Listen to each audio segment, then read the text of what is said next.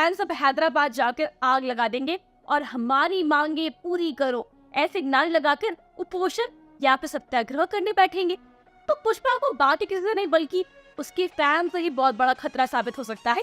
तो फैंस को आता माजरकली मोड में आने से पहले ही मेकर्स को रुकना पड़ेगा। दरअसल पुष्पा 2 के 2 गानों पर ग्लिम्स आने के बाद कुछ भी अपडेट या फिर सरप्राइजेस ऑडियंस के नहीं आ रहे हैं, इसलिए फैंस को बहुत गुस्सा आ रहा है और मन कर रहा है कि अब सीधा जाकर मेकर्स से पूछे कि कोई अपडेट क्यों नहीं दिया जा रहा है। भाई फिल्म की आइटम गर्ल को लेकर कोई चर्चा नहीं हो रही है, कौन सी खिचड़ी पका रहे हैं वो जो पक ही नहीं रही है अब तक।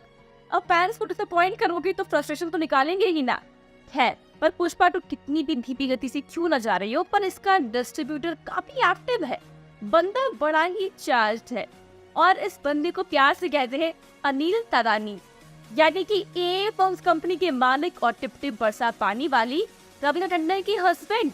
तो वह पुष्पा 2 के साथ साथ चुनी रेंचियान की देवरा और कार्तिकेयन की भूल भुलैया 3 को अनिल डिस्ट्रीब्यूट कर रहे हैं और इन फिल्मों की सिंगल स्क्रीन की बुकिंग उन्होंने शुरू कर दी है। और ये फैसला उन्होंने सालार वर्सेस डंकी के वर्स्ट एक्सपीरियंस को मद्देनजर रखते हुए किया है, क्योंकि साल 2023 में सालार और एनिमल एक ही महीने में रिलीज हुई थी, यानी कि दिसंबर में, और इन दोनों फिल्मों को अनिल ने ही डिस्ट्रीब्यूट किया था। पर सालार का मुकाबला शाहरुख खान की डंकी के साथ था और कई सारे एग्जिबिटर्स और डिस्ट्रीब्यूटर्स सालार को ज्यादा स्क्रीन नहीं दे रहे थे। तब कुछ एग्जिबिटर्स डिस्ट्रीब्यूटर्स जवान के सक्सेस के शब्द डंकी को 48%, सालार को 40% और बच्चे कुछ बाकी फिल्मों को देने का खेल खेल रहे थे। मतलब सारे तब शकुनी मामा बन गए थे, इसलिए अनिल को तब बहुत झगड़ना पड़ा था और इसलिए अब अनिल ये एडवांस बुकिंग करा रहे ताकि वही सब दोबारा से ना हो। तो देवरा जो कि 27 सितंबर को आ रही है, भूल भुलैया 3 जो दिवाली के मौके पर, और पुष्पा 2 जो कि 6 दिसंबर को आ रही है, वो अनिल के हाथों में है और इन फिल्मों को अब टेंशन लेने की कोई जरूरत है नहीं, क्योंकि अनिल है तो क्या चिंता है। वैसे अनिल नाम के बंदे एकदम झकासी होते हैं और इस चिंता मुक्ति वाले पॉइंट के लिए प्रभात की कल की 2898 को आप ले सकते हैं एग्जाम्पल के तौर पर, जो अभी तक 580 करोड़ का बिजनेस कर चुकी है इंडिया में और सबको धूल चढ़ा चुकी है।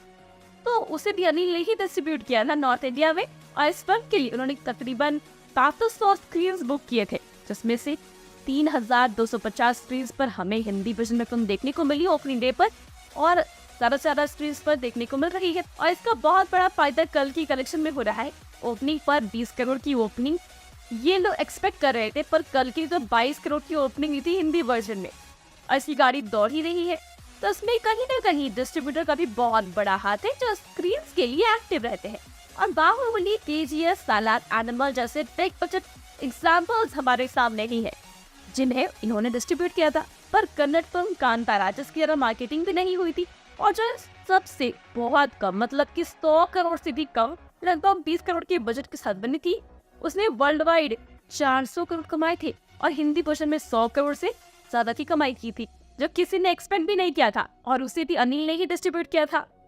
तो अनिल के डिस्ट्रीब्यूशन का ना बहुत बड़ा फायदा होता है फिल्मों को, क्योंकि वो एक अच्छे कंटेंट को, अच्छी फिल्मों को ही डिस्ट्रीब्यूट करते हैं, जिसके चलते हिंदी ऑडियंस को एक अच्छी एंटरटेनमेंट मिलती है और उनका फायदा भी हो जाता है। और उम्मीद करते हैं कि पुष्पा 2, भूल भुलैया 3 और देवरा को भी इसका जमकर फायदा होगा। वेल, आपका क्या कहना है इस पर हमें कमेंट्स में जरूर बताएं। साथ ही वीडियो अच्छी लगी हो तो वीडियो को लाइक और शेयर करें। Become an actor in Bollywood. WhatsApp hi to 882885088.